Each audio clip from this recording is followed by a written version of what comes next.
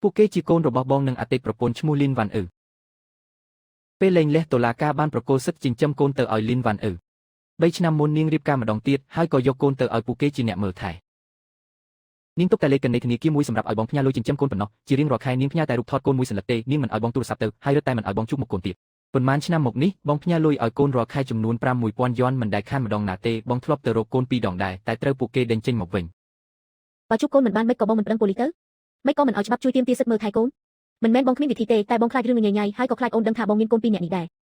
គូយីនស៊ឺគៀងនិយាយលេងចេញស្រាប់តែគូលីងសៀវងើបមុខឡើងដោយក្តីអស់សង្ឃឹមពួកខ្ញុំមិនដែលឃើញលុយនោះសោះក្មេងប្រុសទាញដៃអាប់អូនស្រីឡើងបង្ហាញស្នាមរបួសជាច្រើននៅលើដៃស្គមស្គាំងរបស់នាងមានទាំងស្នាមថ្មីនិងស្នាមចាស់ដែលប្រែពណ៌ទៅហើយតាំងពីម៉ាក់រៀបការថ្មី3ឆ្នាំមកនេះគាត់មិនដែលមកលេងពួកខ្ញុំម្ដងណាទេលោកពូតែងតែជឿថាពួកខ្ញុំជាបន្ទុកមិនឲ្យប្អូនស្រីញ៉ាំអាហារពេលព្រឹកហើយថែមទាំងបង្ខំខ្ញុំឲ្យទៅរើសអេតចាយក្រោយពេលចេញពីរៀនទៀតលុយដែលប៉ាផ្ញើមកឲ្យត្រូវលោកពូយកទៅបង់រំលោភផ្ទះឲ្យកូនប្រុសគាត់អស់ហើ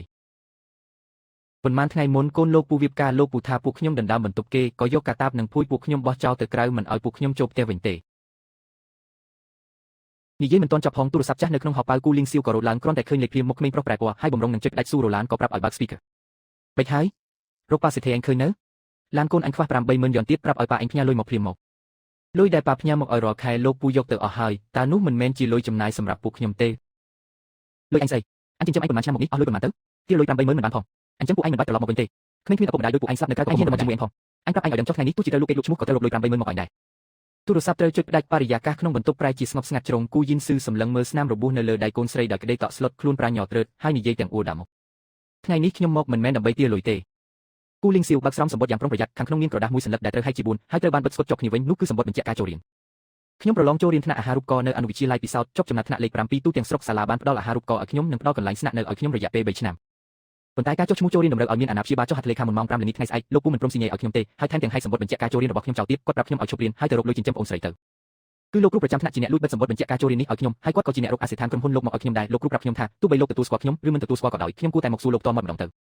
ឥឡូវមិនបាច់សួរទៀតទេទោះត្រូវរៀនបណ្ដាឬអេតចាយបណ្ដាក៏ខ្ញុំអាចចិញ្ចឹមខ្លួនឯងបានដែរខ្ញុំសូមត្រឹមឲ្យលោកទុកប្អូនស្រីនៅទីនេះទៅនាងនៅក្មេងណាស់មិនអាចឲ្យនាងដេកនៅចំណតឡានក្រុងជាមួយខ្ញុំរហូតទេគូយីនស៊ឺលូកដៃចង់យកសម្បត្តិបញ្ជាក់ការចូលរៀននោះតែត្រូវកូនប្រុសគេចចេញរៀបចំឲ្យពួកកូនទៅស្នាក់នៅសន្តាគារសិនទៅរួចទិញខោអាវស្អាតពីរឈុតពួកកូនផងយកលុយ10000នេះទៅចាយសិនចុះរឿងផ្សេងចាំប៉ាពិភាក្សាជាមួយរ៉ូឡានរួចចាំគិតទៀតគូលីងសៀវទាញដៃប្អូនស្រីដើរទៅមាត់ទ្វារស្រាប់តែគូយីឈីងទន់ខ្លួនដួលសន្លប់នៅលើឥដ្ឋយីឈីងក្តៅខ្លួនខ្លាំងដល់ថ្នាក់នឹងមិនក៏ក្មួយមិនព្រមប្រាប់មីងគូលីងសៀវប្រញាប់លូកយកថ្នាំបញ្ចុះកម្ដៅហួសការកំណត់កន្លះបន្ទះចេញពីក្នុងហោប៉ៅនាងក្តៅខ្លួន2ថ្ងៃហើយលុយដែលពួកខ្ញុំរើសសម្បកក៏បានយកទៅទិញសម្បត្តិឡានអស់ហើយសល់លុយល្មមទិញថ្នាំបានតែប៉ុន្មានគ្រាប់នឹងទេស៊ូរ៉ូឡានប្រញាប់ឲ្យជំនួយការរៀបចំឡានបញ្ជូនក្មេងទៅមន្ទីរពេទ្យភ្លាមរឿងដែលបងគួរតែគិតនៅពេលនេះមិនមែនជារឿងត្រូវទុកពួកគេនៅទីនេះឬអត់នោះទេតែជារឿងដែលបងត្រូវប៉ះពាល់កំហុសដែលបងបានបោះបង់កូនចោលការផ្ញើលុយឲ្យរាល់ខែមិនមែនមានន័យថាបងបានបំពេញតួនាទីជាឪពុកនោះទេកូនទាំងពីរត្រូវគេវាយត្រូវអត់ឃ្លានស្ទើរតែគ្មានសាលារៀនតែបងគ្រាន់តែមើលរូបថតប៉ុន្មានសន្លឹកក៏គិតស្មានថាពួកគេរស់នៅបានសុខសប្បាយទៅហើយអញ្ចឹងហោះពេលនេះពួកគេហើយឆ្លងការលំបាករាប់រយចំពោះទៅមកប្រទេសមកបងតែបងបែរជាគិតចង់យកលុយ10000 យ៉ននេះមកបិទបាំងវិបត្តិសារីរបស់ខ្លួនឯងទៅវិញហោះស៊ូរ៉ូឡានទាញទូរស័ព្ទមកចាត់ចែងការងារភ្លាមរក្សាទុកប្រវត្តិផ្ទេរប្រាក់និងសម្លេងថតការសន្ទនាទាំងអស់រៀបចំឲ្យមន្ទីរពេទ្យពិនិត្យស្លាកស្នាមចាស់ថ្មីនៅលើខ្លួនក្មេងយ៉ាងល្អិតល្អន់និងប្តឹងប៉ូលីសពីបទរំលោភបំពានមួយទៀតប្រញាប់ដាក់ពាក្យប្តឹងទាមទារសិទ្ធិចិញ្ចឹមកូនមកវិញភ្លាមហើយត្រូវតាក់ទងទៅសាលាដើម្បីស៊ីញ៉ៃចូលរៀនឲ្យក្មេងផងអ្នកមីងមិនខ្លាចពួកខ្ញុំដណ្ដើមប៉ាចេញពីមីងទេហើយមីងក៏មិនខ្លាចពួកខ្ញុំដណ្ដើមទ្រព្យសម្បត្តិរបស់កូនក្នុងពោះមីងដែរមែនទេ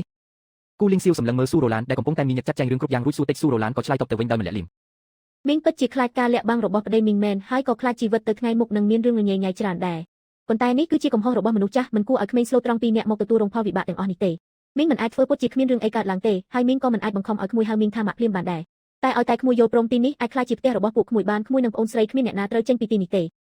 យប់នោះមន្ទីរពេទ្យបានធ្វើការពិនិត្យឃើញថាគូយីឈីងមានជំងឺរលាកសួតនិងមានអាការៈកង្វះអាហារូបត្ថម្ភរ៉ាំរ៉ៃយ៉ាងធ្ងន់ធ្ងរនៅក្នុងបន្ទប់អ្នកជំងឺស៊ូរ៉ូឡានយកបបួនហាមកបញ្ចុកក្មេងស្រីដល់កំសត់មួយស្លាប់ព្រាមម្ដងដោយក្តីខ្នះថ្នមគូយីនស៊ឺអង្គុយនៅក្បែរគ្រែអ្នកជំងឺទូរស័ព្ទទៅលោកគ្រូប្រចាំថ្នាក់នៅចំពោះមុខកូនប្រុសដើម្បីពិភាក្សាពីរឿងចូលរៀនបន្ទាប់មកគាត់ក៏បានចុះហត្ថលេខាលើពាក្យសុំចូលរៀនយ៉ាងយកចិត្តទុកដាក់រួចហុចសម្បត្តិបញ្ជាក់ការចូលរៀននោះទៅឲ្យគូលីងសៀវថ្នមគូលីងសៀវក្តាប់សម្បត្តិបញ្ជាក់ការចូលរៀនយ៉ាងណែនភាពកំសត់និងការជិះចាប់ដែលលាក់ទុកក្នុងចិត្តក៏បានប្រែទៅជាទឹកភ្នែកស្រក់ចុះមកយ៉ាងក្តៅគប់អ្នកមីងបើថ្ងៃក្រោយមីងមិនដេញពួកខ្ញុំឲ្យទៅណាទេខ្ញុំអាចហៅមីងថាម៉ាក់បានអត់គូយីឈីងចាប់ទាញដៃស៊ូរ៉ូឡានតិចហើយសួរដោយសំឡេងស្រទន់និងអៀនព្រៀងបានតាកូនតែមិនបាច់ប្រញាប់ទេចាំ